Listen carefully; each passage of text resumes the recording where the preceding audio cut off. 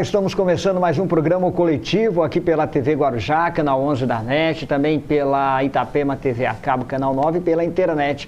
Curte lá, gente, Facebook/O Coletivo. No programa dessa semana, nós vamos falar sobre políticas públicas em geral, né? Principalmente sobre a saúde pública também. Quem vai ajudar a gente nesse bate-papo é o Dr. João Paulo Fernandes. João Paulo, obrigado pela participação aqui no programa. Obrigado, Laura. Olá, você de casa. João Paulo, que é presidente da Sociedade Nacional de Terapias por Onda de Choque. Exatamente. Onda de choque, né, João? Onda de choque. Tá bom, daqui a pouquinho, após o intervalo, não sai daí não.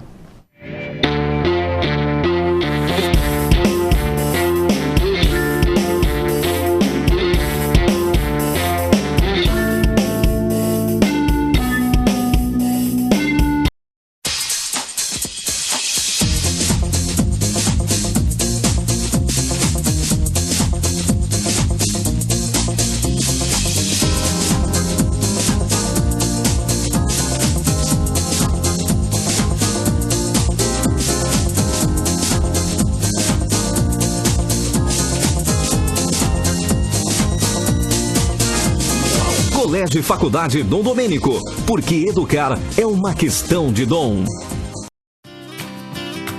Na hora que bater aquela fome, venha para o Restaurante Milani em Ceada. Restaurante Milani, uma grande variedade de pratos quentes e frios, sobremesas, bebidas e o atendimento que você merece.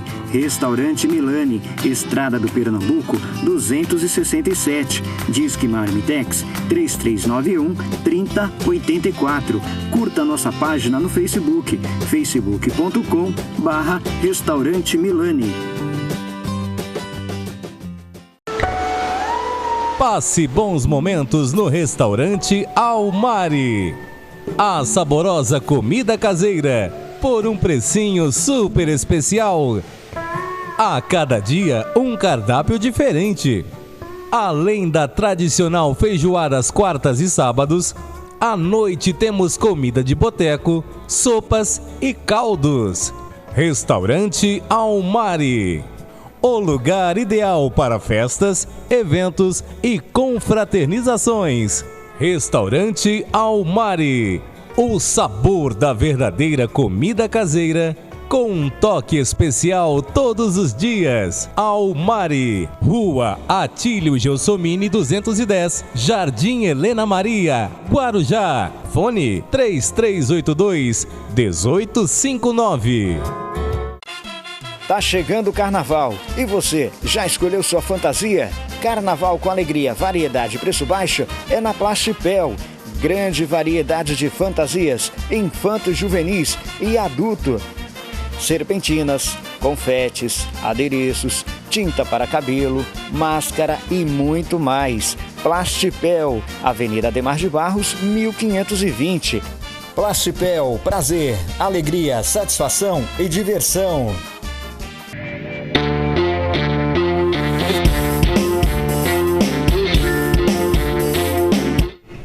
Daí estamos de volta com o programa coletivo. Hoje vamos falar um pouquinho sobre políticas públicas, principalmente sobre a saúde pública.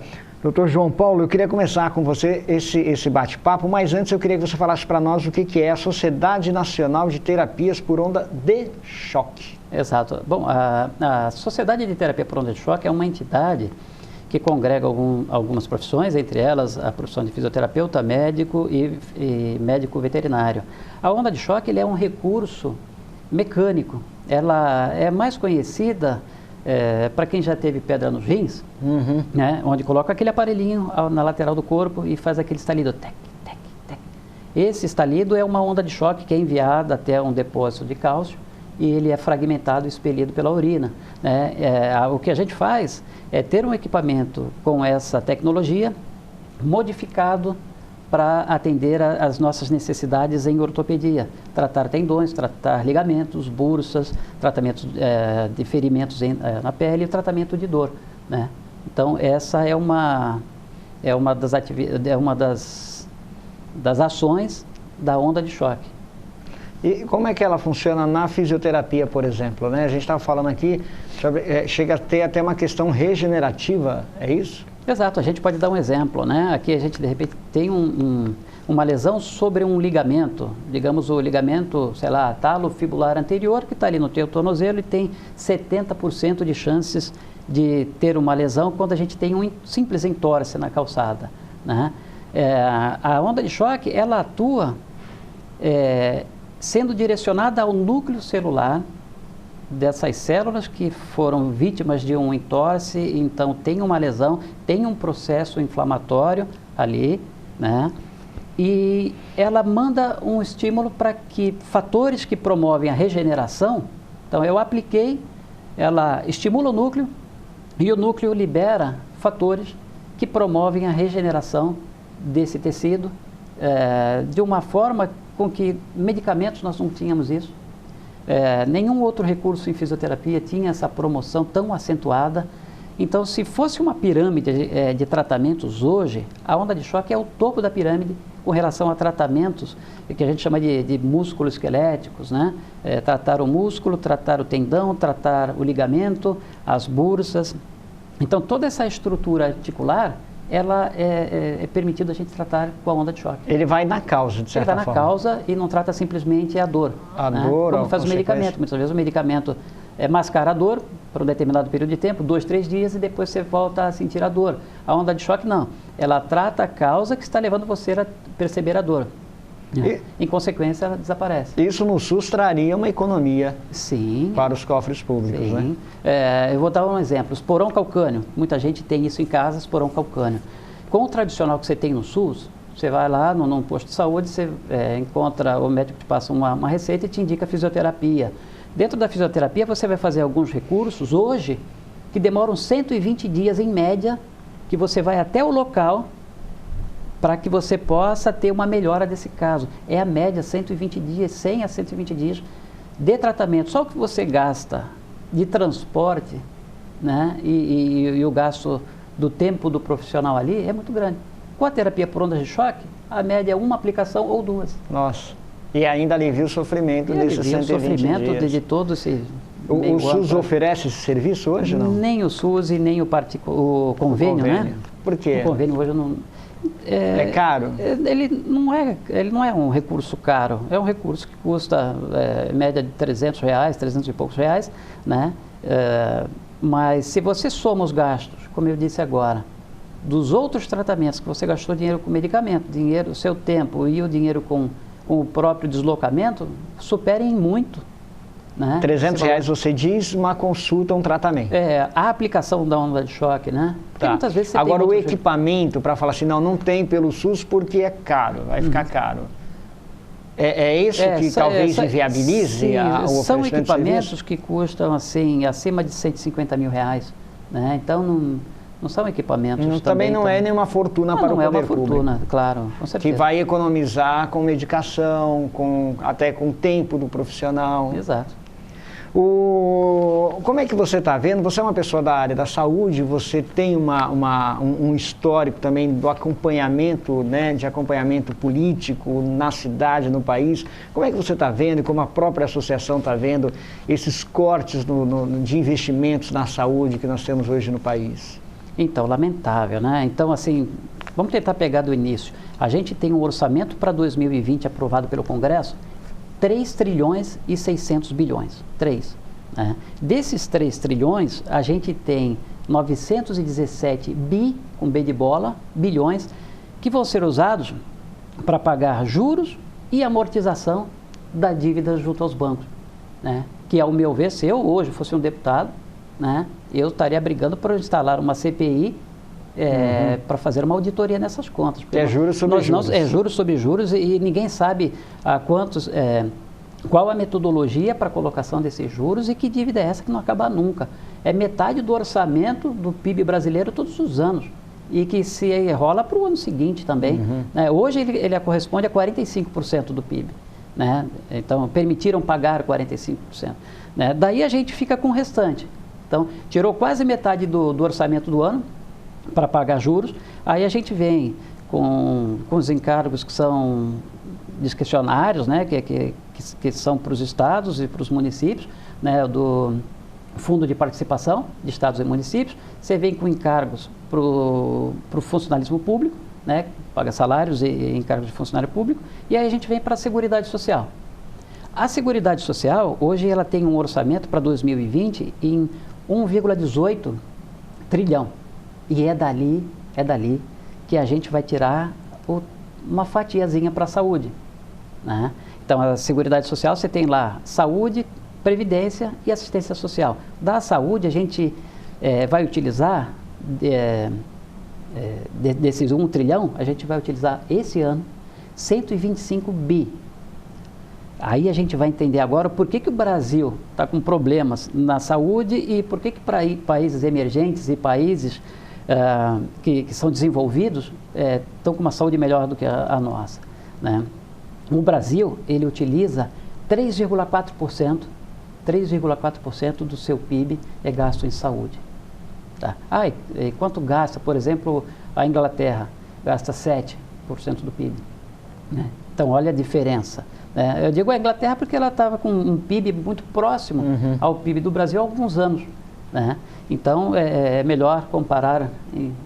Apesar de ser uma outra realidade, o PIB está ali meio que tete a tete. Sim, até deveria ser o contrário. O país rico como a Inglaterra, né, deveria investir menos porque o público é mais ciente dos problemas. Trabalha com a saúde preventiva, com a prevenção Toda a condição saúde do país promove uma melhoria da saúde. Né? Eles não têm tantos problemas com saneamento básico e coisas tão básicas. Né? E além de gastar menos, ainda é mau gasto, né? É mau gasto. Então, assim, ó, a gente pegou esses 3,4%, sabe quanto é que dá isso?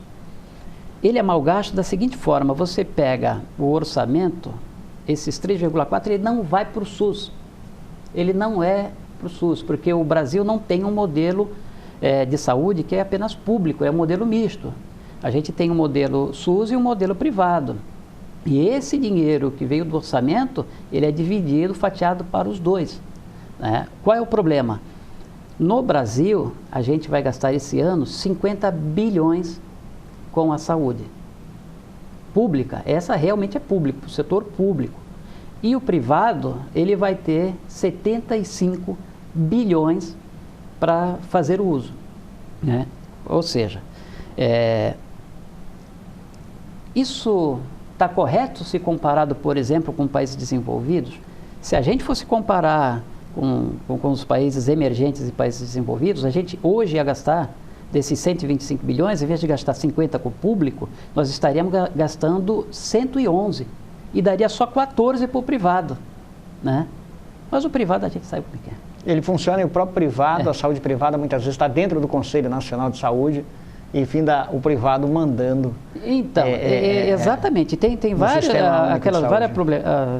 tem várias problemáticas e que justificam, né? Tem várias situações erradas, inclusive a corrupção, né? A justificação da corrupção para que você utilize a saúde privada, né? Porque a pública muitas vezes está com os mecanismos bloqueados. Isso não é proposital? É proposital. É proposital a saúde não funcionar?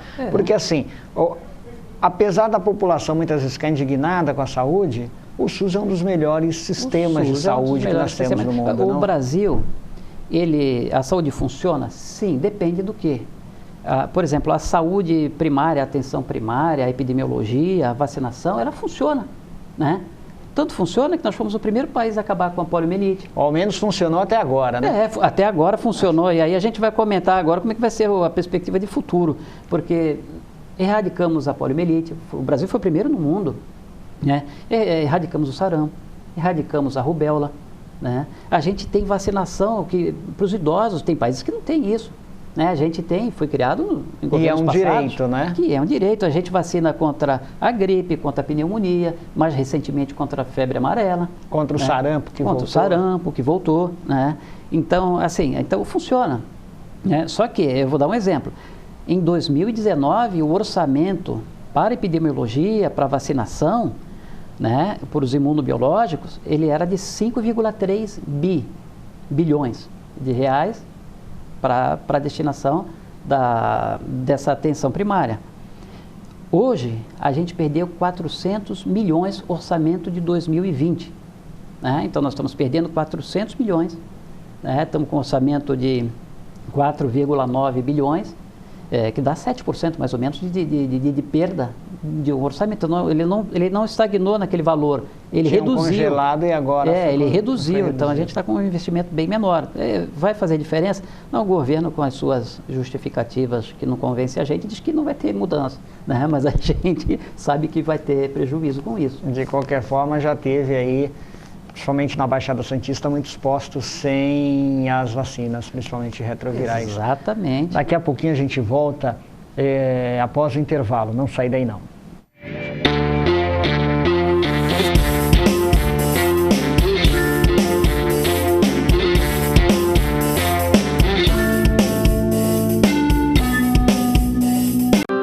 Triste, angustiado, cheio de problemas e sem ninguém para conversar. Então Disque 188. 188 é o novo número de atendimento telefônico do CVV, Centro de Valorização da Vida. De orelhão, celular ou telefone fixo, a ligação é gratuita e funciona 24 horas todos os dias. Ligue 188 e receba apoio emocional. Passe bons momentos no restaurante Almari. A saborosa comida caseira, por um precinho super especial.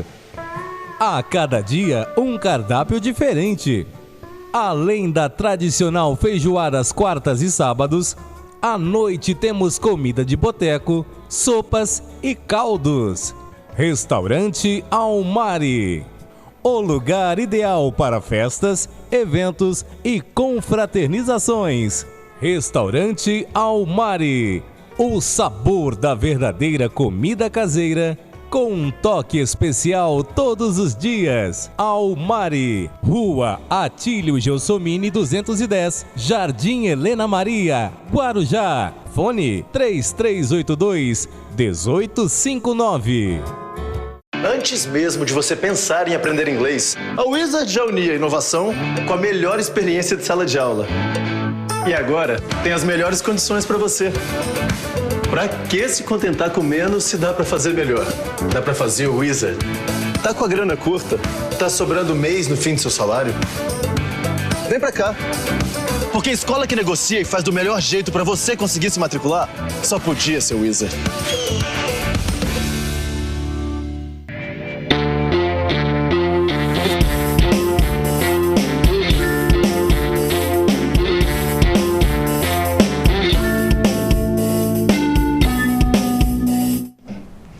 Aí a gente está falando hoje sobre saúde, sobre políticas públicas. João Paulo, você estava falando no bloco anterior sobre os recursos públicos que findam indo para o capital privado, para as empresas privadas. Isso através dos planos de saúde, dos hospitais particulares, isso através das terceirizadas, imagina, não é isso? Isso, exato.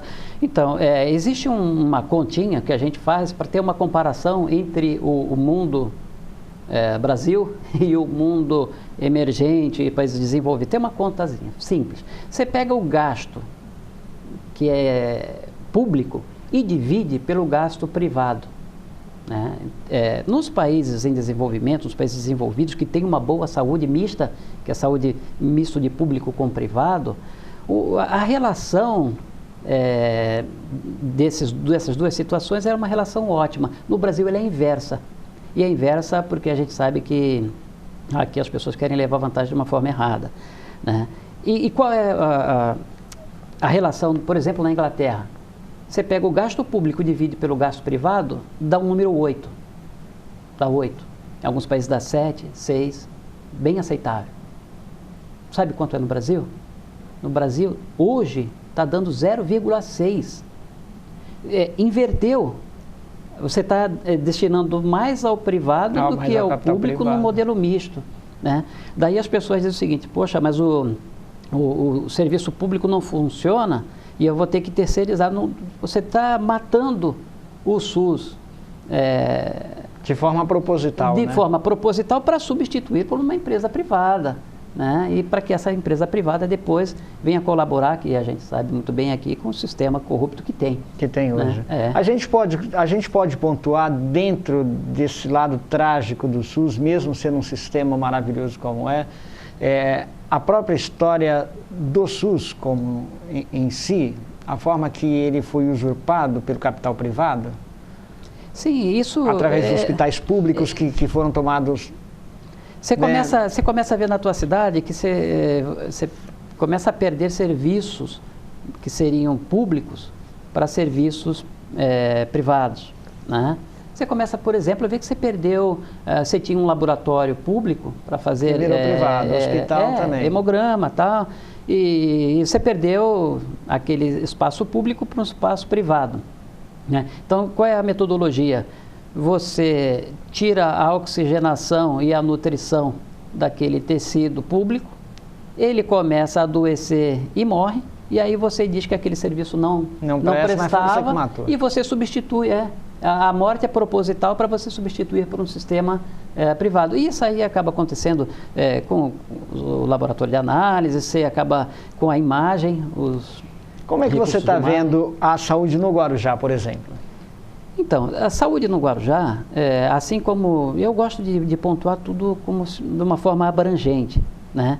Mas eu percebi que a gente tem, claro, tem uma quantidade grande de serviços privados aqui, né? Tem os seus problemas, porque a gente acaba acompanhando a população fazendo reclamações de determinados serviços, mas assim, aquilo que acontece no Guarujá, acontece em Bertioga, em Santos, acontece no Brasil.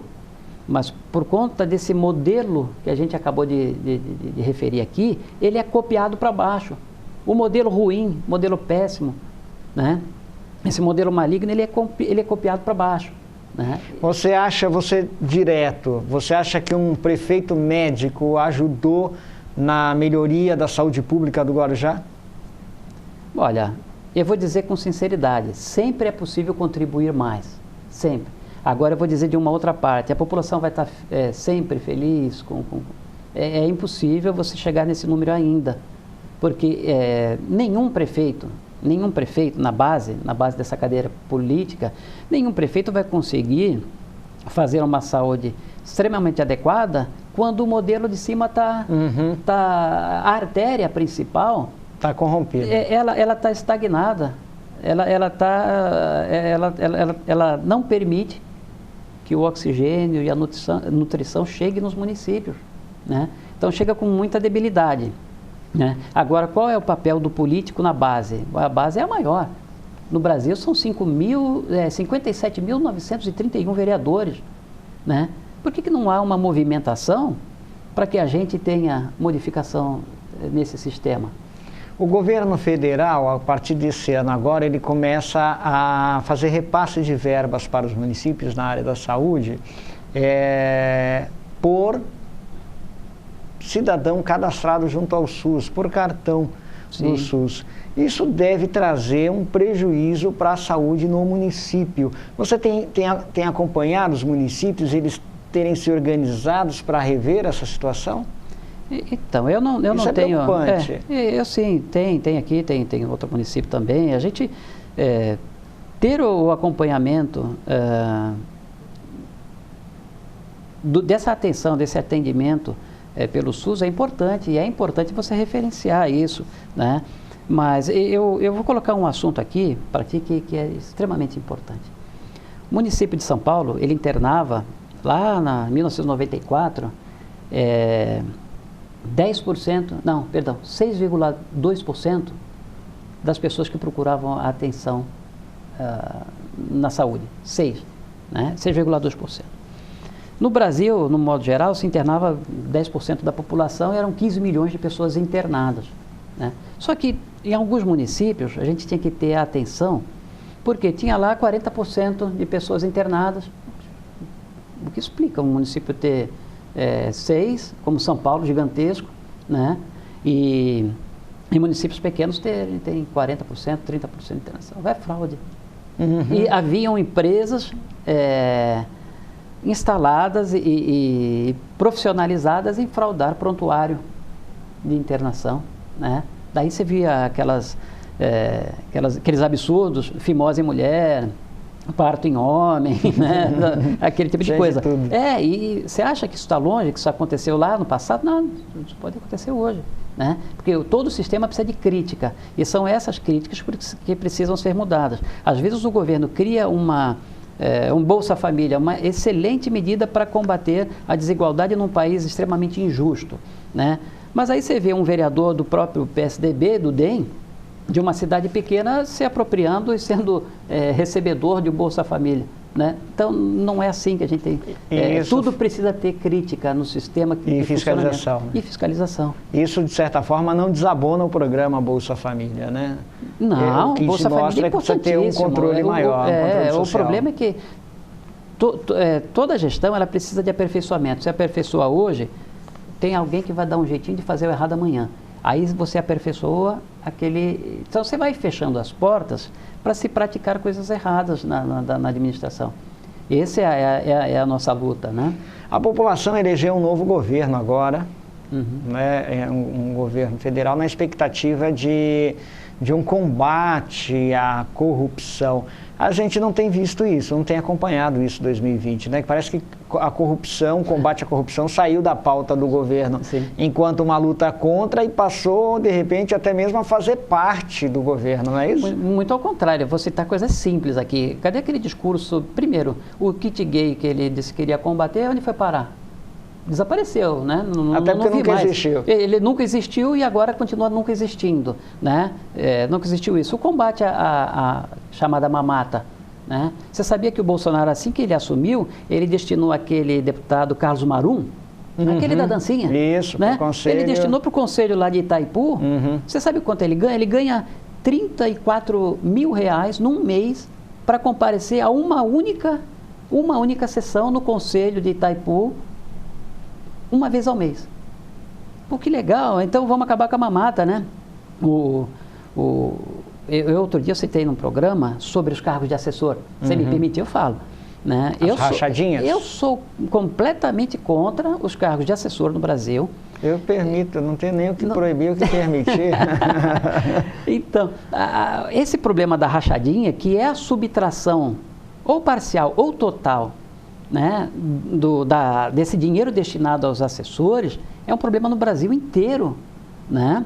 E vai tudo ali para o próprio deputado, né? O deputado volta para a Caixa e deposita 90 mil reais. O deputado federal tem 90 mil reais para gastar com assessores, quase o mesmo tem um deputado estadual, quase 40 mil reais tem um vereador para gastar com assessores. O presidente da República, o vice-presidente, o presidente também tem cargos de assessor, né? E o vice-presidente tem 65 cargos. Né? E você sabe quanto ganha? Ganha R$13.600 cada assessor, vezes 65, né? E um deles, por incrível que pareça, acabou caindo até nesse processo do Flávio Bolsonaro, porque um dos assessores do general Mourão é o tal de Freitas, que também era assessor do Flávio Bolsonaro, envolvido em coisa errada. E tem o Queiroz falando, o áudio do Queiroz falando, olha, tem um monte de cargo, tem cargo para todo mundo. Entendeu? Então, assim... É uma festa danada, diria... Exato. Você não diria o Guedes, é uma festa danada. O que eu digo assim, você não tem saúde em casa exatamente por conta disso. Né? Você está ouvindo a gente em casa, você não tem saúde, você não tem um posto de saúde adequado, você não tem vacina, você não tem... o governo diz que vai cortar isso, cortar aquilo. Sabe por que eles cortam? Eles não cortam nunca deles. Eles não cortam deles, porque... Corta do trabalhador. Corta do trabalhador. O trabalhador, olha só, eles cortaram a previdência, né, do trabalhador, mas o Temer, ele passou a DRU, que era aquela desvinculação, aquela abocanhada na previdência do trabalhador, era 25%, ele passou para 30%. Né? Então, eles estão dizendo que a previdência dava prejuízo, né? Com eles abocanhando 30% do dinheiro nosso, que a gente manda lá para Brasília, né? Mais ainda, eles diziam que a Previdência tinha problema. E nunca se preocuparam em acabar com o sistema dos empresários que eram empresários corruptos, que estavam só de apropriação indébita, que é aquele empresário que desconta o percentual da aposentadoria sua, né? Mas ele não repassa para o governo. Ele descontou de você, ficou para ele e não repassou para o governo. apropriação indébita. São 31 bilhões por ano, né? E fora os sonegadores, como aquele Louro José, que pegou dinheiro do BNDES para ampliar lojas de departamento pelo Brasil. Aí não tem saúde que funcione. Não tem saúde que funciona. A gente não vai conseguir ter saúde adequada desse jeito nunca. João Paulo, vou agradecer a sua participação, um programa super curto, super bacana também. Obrigado pela tua participação aqui no programa e, é claro, as portas sempre abertas. Obrigado, Laura, obrigado a você de casa. Espero que a gente tenha conseguido esclarecer um pouquinho, abrir a mente para que as pessoas tenham uma consciência política a mais, né? Tá certo. Isso aí. Como diria o ministro Guedes essa semana, né? Uma festa danada, né, ministro? Um beijo carinhoso e até o próximo programa. Até lá.